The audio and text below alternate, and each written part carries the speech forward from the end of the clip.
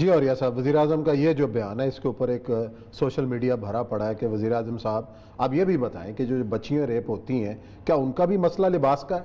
100%। बच्चियों का क्या लिबास है सर? बच्चियां, ज़ैनब कत्ल सुन हुई, लें, 7 साल की आप बच्ची मेरी है। बात पूरी सुन लें, बड़े इत्मीनान से मैं सुनाता हूं आपको। आप किसी माशरे के अंदर दो तरह के लोग होते हैं अपनी शख्सियत के। मैं एक साइकोलॉजिस्ट के हिसाब से आराम से बात बनाना चाहता हूं। आप इस माशरे के अंदर जिनसी तशद्दुद की एनालिसिस करने जब निकलते हैं तो सबसे पहली बात आप ये होती है कि उस माशरे के अंदर खराबी किस लेवल की है और क्यों है। आप वहां पोर्नो की फिल्में लेके आते हैं, ठीक है, आप वहां सारे के सारे अड्डे खोलते हैं, उसके साथ साथ आप अंडर काउंटर रसाले, ये सारी चीजें मिलती शुरू हो जाती है यूथ को। वो यूथ जो है उसकी शादी नहीं हुई, ना वो शादी करने की एबिलिटी रखता है, ना वो अफोर्ड कर सकता है। ये सिर्फ पाकिस्तान की बात नहीं कर रहा, मैं पूरी दुनिया की बात कर रहा हूं। If a woman is wearing very few clothes, it will have an impact on the men, unless they're robots. I mean, it's common sense. Yes, but is it really going to provoke acts of sexual violence? It depends which society you live in. If in a society people haven't seen that sort of thing, it will have an impact on them. If you grow up in a society like you, maybe it won't on you.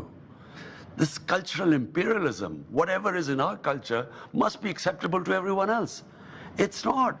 But forgive me, like when you were a cricket star, you were seen in as a playboy. You know, there were photos of you with your shirts off in your bedroom. Like, it's a bit rich for you to be criticizing this. This is not about me. It's about but you're the messenger. Jonathan, listen. It's about my society. My priority is how my society behaves, what reactions are caused in my society. So when I see sex crime going through the roof, we sit down, we discuss how we're going to tackle this. It is having an impact in my society. We have to do something about it. Fearless.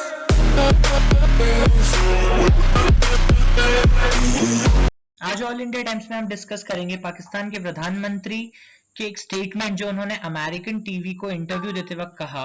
American TV ने जब उनसे पूछा कि क्या औरतों के कपड़ों से कोई डिपेंडेंसी होती है उनके खिलाफ जो भी क्राइम्स होते हैं ऑल ओवर वर्ल्ड में, तो उन्होंने कहा बिल्कुल, लेकिन ऐसा हो सकता है, मतलब आपकी कंट्री में ऐसा नहीं होता होगा, लेकिन हमारी कंट्री में ऐसा होता है कि हम इस कल्चर में पैदा नहीं हुए, तो अगर कोई वुमेन्स अगर शॉर्ट ड्रेसेस पहनती हैं तो उसका इम्पैक्ट पड़ता है और उससे क्राइम रेट बढ़ता है कंट्री में।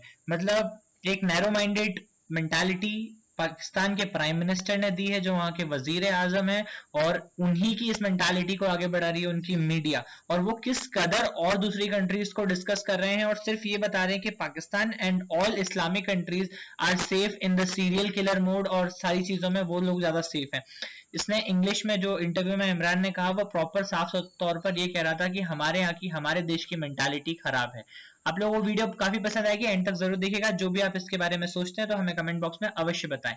जय हिंद, जय भारत दोस्तों। उसके सामने एक खातून 1, 2, 3 दफा गुजरती है जो ऐसे लिबास के अंदर है कि जो उसके अंदर छुपे हुए हिजान को बाहर लेके आती है। उसके हाथ में फिर जो बच्ची चढ़ती है ना, वो उसका विक्टिम बन जाती है। एक मर्ज है नेक्रोफीलिया, मुर्दे निकाल के, ये भी वाकयात हुए। पाकिस्तान नहीं, यूरोप में सबसे ज्यादा होते हैं। England the hub of necrophilia, USA is the hub of necrophilia. क्यों होते हैं? सिर्फ इस वजह से होते हैं कि बुनियादी तौर पर आपने एक हिजान पैदा कर दिया।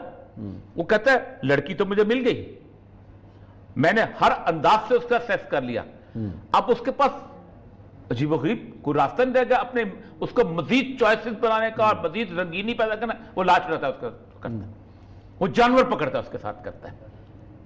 ये तो आर्गुमेंट ही, वो तो होता क्या है, आप एक मिनी स्कर्ट पहनते हैं, एक जैक द रिपर आता है, आपको उठा के कत्ल कर देता है, और उसके बाद आगे एक लाखों लोगों की लाइन है। अल्लाह का लाख लाख एहसान है कि पाकिस्तान से लेके मुस्लिम उम्मत तक सीरियल किलर आपको नहीं मिलेगा कोई, लेकिन आपको वहां यूरोप पूरे में मिलेंगे, यूरोप अमेरिका में, में पूरे मिलेंगे। अमेरिका में इतनी बड़ी बड़ी डायरेक्टरीज हैं, एक एक बंदे ने 100 औरतों का कत्ल किया हुआ है, क्या उनको और उनसे जब आप हिस्ट्री करते हैं तो वो कहते हैं कि बुनियादी तौर पर वो लड़की मिनी स्कर्ट पहने हुए छोटे लिबास के अंदर पर मेरे अपने ऊपर काबू नहीं रख सका था। फिर वो औरत तो निकल गई, उसके साथ तो 4 बॉडीगार्ड थे। आपके हाथे में कौन है? आपके हाथ में ज़ैनब आ गई, आपके हाथ में मासूम बच्ची आ गई, आपके हाथ में कोई बच्चा आ गया, आपके हाथ में लाश आ गई, आपके हाथ में चलती हुई बिल्ली आ गई, आपने जो चाह किया। हल क्या है? हल तो वही है जो इस्लाम कहता है कि आप बुनियादी तौर पर 2 काम करो। एक तो यह है कि आप घर से बस आंखें नीचे करके बाजार का हक अदा करो, आंखें नीचे करके चलो, और दूसरी बात यह है कि आप एक ऐसा मुनासिब लिबास पहन लो कि जो लिबास सतर ढांपो आप। सतर ढांपो। पूरी दुनिया के अंदर तमाम नफ्सियातदान इस बात पर मुत्तफिक हैं कि जितने भी सेक्सुअल क्राइम्स हैं उसके अंदर एक स्टिमुलाई होता है। अब आप एक आदमी को आप मुझे ये बताएं कि आप मार्लन मनरो का या आप एलिजाबेथ टेलर का या आप दूसरा जो डांस देख के निकलते हैं, ठीक है, और वो आपके पास, तो क्या आप जाके मार्लन मनरो को रेप करेंगे? आपकी तो औकात ही नहीं, तो आपके हाथ में ज़ैनब आएगी। आप जाके इसमें लिबास का इतनी सी टांगे आप दिखाएंगे टीवी के ऊपर और वो सारे का सारा आप हिजाब पैदा करेंगे, और आपके इर्द गिर्द आपका गांव का माहौल देख लें जिसमें आपको 70 वाली औरतें मिलेंगी, सब कुछ मिलेंगी, आप उसको किसी तौर फिर आगे लेके जाने चाहिए। एक कहते हैं अनइनहिबिटेड टाइप ऑफ थिंग जिसे कहते हैं, बगैर किसी चीजों के, और बात बिल्कुल ठीक कहता है कि सोसाइटी को तबाह करने के अंदर बुनियादी तौर पर जो रोल प्ले करते हैं। आप मुझे ये बताइए उस्मान साहब कि पूरे यूरोप के स्टेटिस्टिक्स उठा लेते हैं, जब तक यूरोप व्हील पहनता था, जब तक यूरोप अपने उसके ऊपर हाथ पूरे लिबास पहनता, क्या वहां सीरियल किलर पैदा होते थे? नहीं होते थे। जिस दिन 1920 के अंदर उन्होंने औरत की वो हेमलाइन नीचे से ऊंची की, ये इतने बदमाश हैं, इनके दिमाग के अंदर इतना खन्नास घुसा हुआ है कि किस तरीके से, किस कट के तहत हम औरत के किस हिस्से को ज्यादा नुमाया करेंगे। अब उसको किया, अब उन्होंने कहा थोड़ी सी पिंडली नजर आनी चाहिए।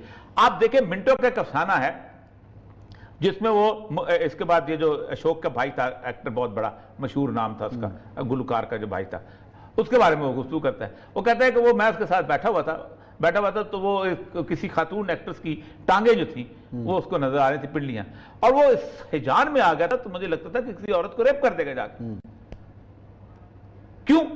कि बुनियादी तौर पर आपके पास एक्सेस, आप एक आदमी के अंदर जिन्स एक भूख की तरह होती है, आप उसकी भूख पूरी नहीं करते तो वो सारी बात है कि जैसे आपको सुअर मुर्दा मिलेगा वो भी खा जाएगा। वो तो ये है असल जो 1920। उसके बाद क्या किया इन्होंने फ्रांस के अंदर, ये सबसे बड़ा जो शनेल वाला जो है डिजाइनर, इस डिजाइनर ने कहा कि एक और काम करते हैं कि डांस के वक्त हम जो ऊपर का जो लिबास है उसको थोड़ा सा ऊपर कर देते हैं, वो लगेगा बिल्कुल ऐसे जैसे पूरा होता है, लेकिन जरा वो घूमेगी ना तो एकदम उसकी बारीक सी कमर की लाइन, बारीक कमर की लाइन को इसलिए दिखाया जाता था कि मर्द के दिमाग में जान पैदा हो। लेकिन अगर आप ये कहें कि आपने हिजाब पहना हुआ है और आपने पूरा लिबास पहना हुआ है और आप, तो फिर आपको, मैं आपको एक बात बताऊं उस्मान साहब, एक और चीज, आपके तमाम जिस्म के आराइश नुमाया भी हों, लेकिन अगर आपने चेहरे पे हिजाब पहना हुआ है ना और थोड़ा सा लिबास आपका मुनासिब है तो आपकी हया आती है। एक और मैं आपको बताऊं, साइकोलॉजी के अंदर एक साइंस है साइकोसोमैटिक मेडिसिन। साइकोसोमैटिक मेडिसिन ये कहती है कि 4 बुनियादी जज्बे हैं इंसान के जो अल्लाह ने फितरत में दिए हैं। नंबर 1 आपका आंसू आते हैं रोने के वक्त, मैं शायद पहले भी बात कर चुका हूं इसके ऊपर। आपके गुस्से के अंदर, आप गुस्से में, एंगर में आते हैं, आंखों में, नसों में ब्लड प्रेशर तेज हो जाता है, आप हंसते हैं किसी मज़ाहिया बात के ऊपर, लाख की कोशिश करें, और आप ब्लश करते हैं जब आपको शर्म हया वाली बात होती है। वो कहते हैं मैमल्स तक, यानी आप अगर एक बिल्ली और बिल्ले को ऑब्जर्व करें तो एक बिल्ली के अंदर ज्यादा हया होती है उसके चेहरे के ऊपर, उसकी वो जिस वक्त उस एक्ट के दौरान आप देख लें उनको किसी बात भी, तमाम जानवरों में अंदर हया, ये हया बुनियादी एलिमेंट। रसूल अकरम सल्लल्लाहु अलैहि वसल्लम फरमाया कि जिसमें हया नहीं फिर वो जो चाहे करता है। और ये जो आप सोशल मीडिया की बात करें, कितने लोग हैं इस मुल्क के अंदर और कितने लोग चाहते हैं कि ये हमारे मलबूसात इस किस्म के हैं। मुझे शर्म आती है कहते हुए, ये मसला उस्मान साहब किसी तौर पर कल्चर करे, उसने कहा ना कल्चर इंपीरियलिज्म, ये क्या है? ये बुनियादी तौर पर $190 अरब की इंडस्ट्री है। सही बात है। बाल कमाई का शैम्पू, जरिया। एक सिर्फ बालों की इंडस्ट्री निकाले ना आप, कर्ल करने वाले और हैं, रंग करने वाले और हैं, शैम्पू करने वाले और हैं, फ्लॉक करने वाले और हैं, पाँव के नाखून से लेके सर के बालों तक इन लोगों ने, औरत का कोई मकाम ऐसा नहीं है कि जिसको बाजार में ला के खड़ा रख किया गया। 20 साल उसको कहते हैं कि तुम ओलंपिक होगी तो खूबसूरत होगी, 20 साल उसको कहते हैं कि तुम साइज 0 पे जाओगी तो खूबसूरत होगी, 20 साल उसको कहते हैं कि तुम टैन होगी तो ऐसी ऐसी वाकयात हैं कि बेचारी औरतें जो हैं समुंदर के किनारे लेट लेट के अपनी स्किन जला बैठती हैं, और फिर उसको कोई यहाँ से वो सन टैन लेके आती है, कोई कुछ लेके, तमाशा बनाया हुआ उस बेचारी को। 15 साल उसकी जिंदगी होती है और सिर्फ उस अट्रैक्शन के अंदर, दुनिया को दिखाने के लिए अंदर, मर्द के सामने तमाशा बनने के अंदर, अपने आप को जाज़िब नजर बनाने के लिए। मैं आपको देखूं, मैंने शोबिज़ में काम किया, उस्मान साहब 15 साल ये तगोदो करती रहती हैं कि हम एक अच्छे मुकाम पे हीरोइन बन जाएं। 4-5 साल हीरोइन गुजारती हैं, और उसके बाद जब ये घर वापस पहुंचती हैं तो ये ढूंढ रही होती हैं कि आज हमारे पास कैमरामैन क्यों नहीं आया, आज हमारा इंटरव्यू किसी ने नहीं किया, सही बात। हम क्या हैं, हम क्या थी। कुर्रतुल ऐन हैदर कितनी बड़ी अफसाना निगार थी, कितनी बड़ी, कितना बड़ा नाम था, इस कैफियत में थी और लोगों के सामने आती नहीं थी कि मुझे लोगों ने जवानी में देखा हुआ है, मुझे अब क्या करेंगे। इन्होंने कॉम्प्लेक्स का शिकार कर दिया बेचारी औरत को भी, इन्होंने कॉम्प्लेक्स का शिकार कर दिया बेचारे मर्द को। चल